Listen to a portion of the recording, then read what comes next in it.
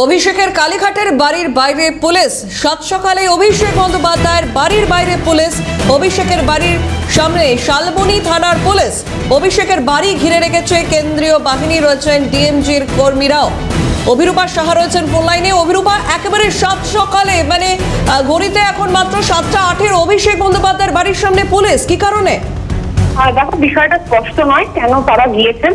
যেটা এখনো পর্যন্ত জানতে পারা যাচ্ছে, শালবনী থানার পুলিশ তারা এই মুহূর্তে অভিষেক বন্দ্যোপাধ্যায়ের যে কালীঘাটের পটুয়াপাড়ার বাড়ি রয়েছে সেখানে গিয়ে পৌঁছেছেন এবং সম্ভবত কোনো বিষয়কে কেন্দ্র করে, অর্থাৎ কিছু জিজ্ঞাসাবাদ বা ভোট প্রচারের সময় কিছু রকম মন্তব্য এবং সেই মন্তব্যের পরিপ্রেক্ষিতে যে অভিযোগগুলো দায়ের হয়েছে সেই অভিযোগের পরিপ্রেক্ষিতেই সম্ভবত শালবনী থানার পুলিশ আজ গিয়ে পৌঁছেছে অভিষেক বন্দ্যোপাধ্যায়ের বাড়িতে।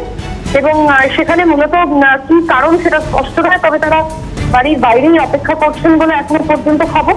এবং কলকাতা পুলিশের ডিএমজি আধিকারিক যারা তারাও এই মুহূর্তে গিয়ে পৌঁছেছেন। ফলে সব মিলিয়ে আপাতত ভাবে পেয়ে সাত সকালবেলা অভিষেক বন্দ্যোপাধ্যায়ের যে কালীঘাটের বাড়ি সেখানে পুলিশ আধিকারিকদের পৌঁছে যাওয়া, সেটা অত্যন্ত তাৎপর্যপূর্ণ বিষয়।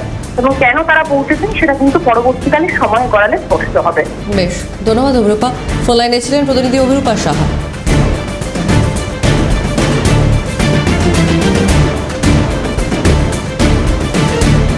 অভিষেকের কালীঘাটের বাড়ির বাইরে পুলিশ।